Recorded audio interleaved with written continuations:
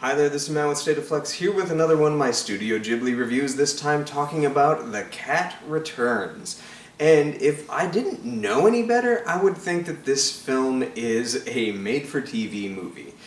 For the Ghibli films, which have only been getting better looking with each installment, especially starting from Porco Rosso onwards, this feels like the biggest leap backwards, but it's a leap so far back that it doesn't even match the quality of any of the early Ghibli films like Nausicaa or Castle in the Sky. Hell, it doesn't even look as good as Ocean Waves, which actually was a TV film.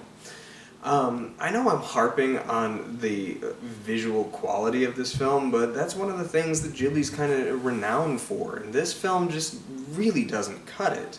It's a pretty basic looking movie, and it's one that's kind of pointless at that. I'm not really sure what this is. Is this a Buzz Lightyear style spin-off from Toy Story? Is this the book that the character was writing in Whisper of the Heart? Because if so, yeah, the old man was right. It needed a lot of polish, because this doesn't suffice. Is it set in the same world as Whisper of the Heart? It's strange. This is, to date, I think the only sequel and or spin-off of any of the Ghibli works, and I gotta say this one seems kind of pointless.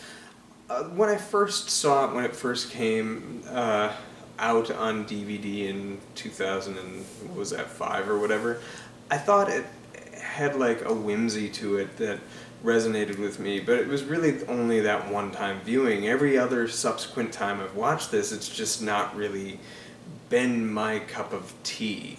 And this time especially so, having been wedged right between Spirited Away and Howl's Moving Castle, this one just really, really hurt the quality of the viewing experience. For the positives, I do think it has a good hook to get you invested in the film with the opening scene, with the cross stick and saving the cat. But her character after that moment really has no agency throughout the entire rest of the runtime. The rest of the story is thrust upon her, and she has no control over any aspect of it in any interesting way. That was the only time she really has a choice and does something. And that's pretty disappointing from this studio who almost always has really richly drawn female characters. But I also thought that the voice work in the English dub is quite good. Anne Hathaway, I believe, is the lead voice, and she does a great job. And Cary Elwes' return to the Baron was kind of nice, but it almost feels more insulting that this was a film that came out of Whisper of the Heart, in the sense that that film was brought about because Miyazaki and Takahata had kind of coached and created their own protege who went out and he made that film, sadly passing away shortly thereafter. And this is the next time somebody that was not one of those two directors helmed a movie.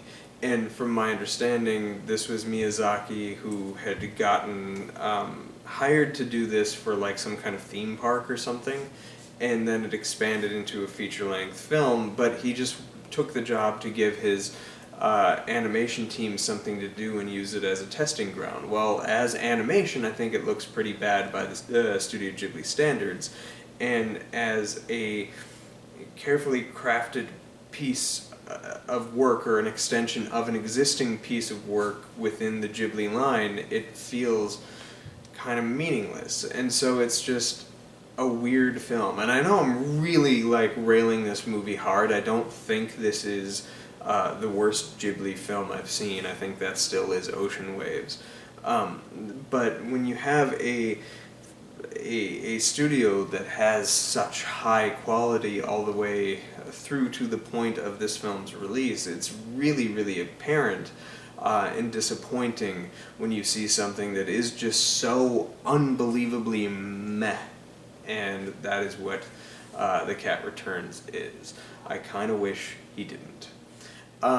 Anyway, up next we will be watching Howl's Moving Castle, and that should promise to be a much better viewing experience. Let me know what you think of this film in the comment area down below. After watching this film, I had a conversation with one of my coworkers who loves this film, and he tried to explain to me how it is a great film and I'm wrong and off base.